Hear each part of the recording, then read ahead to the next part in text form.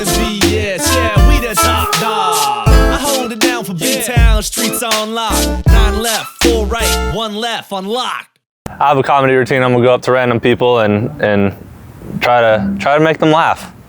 And maybe get a chuckle or two here and there. And if not, which is most likely the case, then I'll be right back where I started, a big fat dummy failure.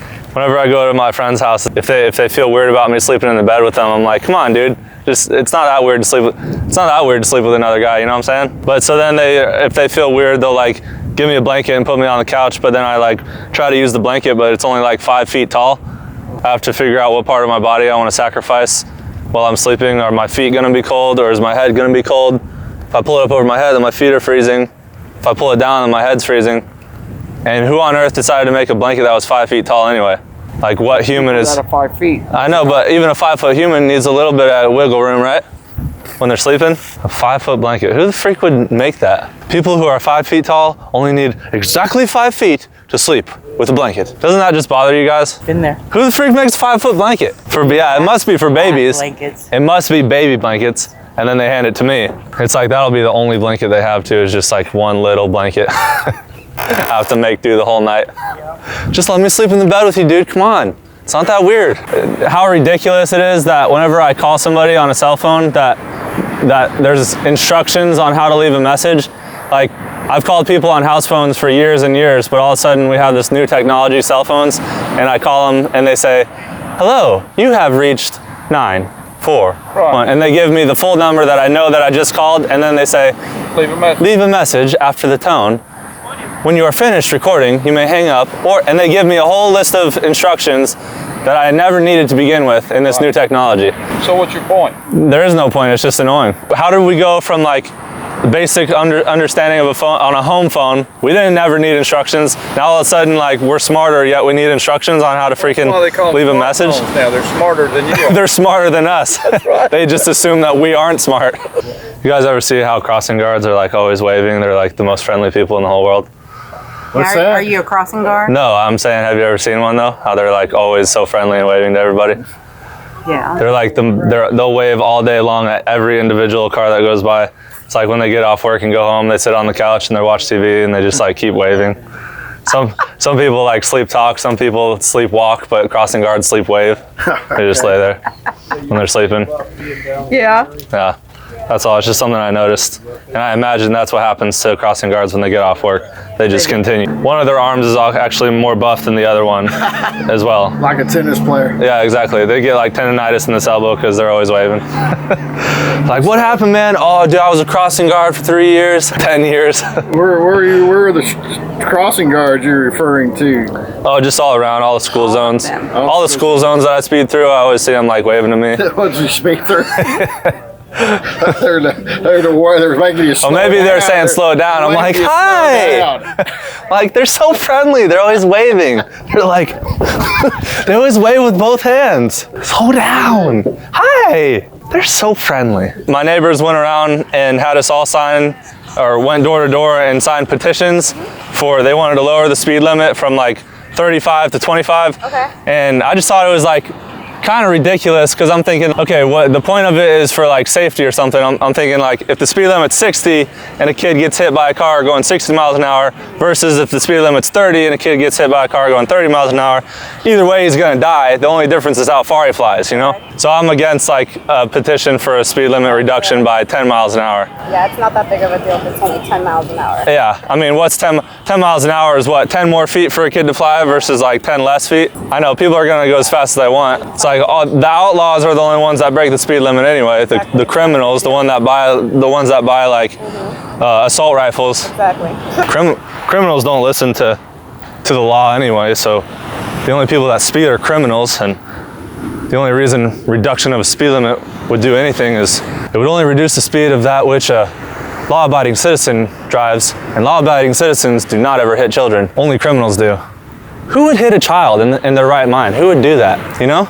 Like if speed limit's 60, a criminal person who hits a child going 60 versus a criminal who hits a child going 30, either way the child's dead. So what's the purpose of even lowering the speed limit? It's just stupid. Gives you 15% more time to analyze the situation of whether you need to stop or keep going. No, shut up, Morgan. That's not valid, and it doesn't matter what you're saying. I was working with my 3 friends, and we were digging around this tree, and there was like an earthworm in the ground, and so I picked it up and I like snorted it up my nose, you know, through this nostril, and then like I tried to reach for it in my mouth, and it was hard, and so I started gagging, but then I eventually grabbed it and was like pulling it out through my nostril and my mouth, and then so my friend sees me gag a little bit, and then he starts gagging and he throws up, and then my other friend sees him throw up, and so he starts gagging, and then he throws up, and then my other friend sees him throw up, and so he starts gagging and he throws up everywhere. So then there's a bunch of like puke all around the yard, and I was cracking up so hard, dude. It was the funniest thing ever. It was so hilarious. Whenever I try to tell funny stories, I feel like there's never a good way to tell it in which like the person gets the impact of the story. Like my words can never give it justice, you know? I'm like, it was the funniest thing ever, but yeah, when I'm telling you the story, it's like hard to get the point across how funny it was. Because otherwise you'd be laughing like hysterically like I was, you know?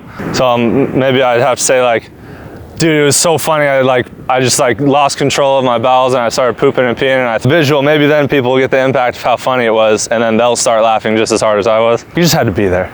That's the go-to, because I can never tell a story quite well enough. You just had to be there. Hey, I just wanted to let you know that they recently just discovered that sunscreen causes melanoma. H-I-J-K, melanoma P. So I hope that you're not wearing any sunscreen today.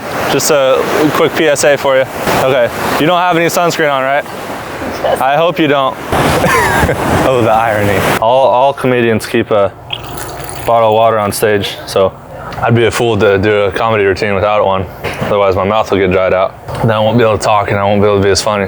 That's why I keep this cooler here, so that when I do my comedy routine out in public, I can always come here to get my water. Cheers, guys.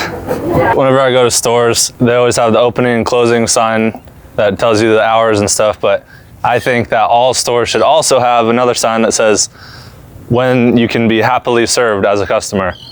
You know, because if you go to a store like right before they're about to close, you're gonna deal with like crappy employees, and that's always annoying. So I'd rather just avoid the store entirely, but everybody has their own opinion on when is too soon, too close to closing time to come in the store. Some employees are like 10 minutes that's just absurd. But then some are like 30 minutes is like, we're trying to clean up, man. You're gonna come in here 30 minutes before we close. So I think all stores should have that. Yeah, I agree. Yeah. Or they should just set their opening and closing hours as the times that they would be happy to serve. I would gladly just leave a store. I would just rather not even be served if it's gonna be like crappy employees. Like put your own hours on your store, please.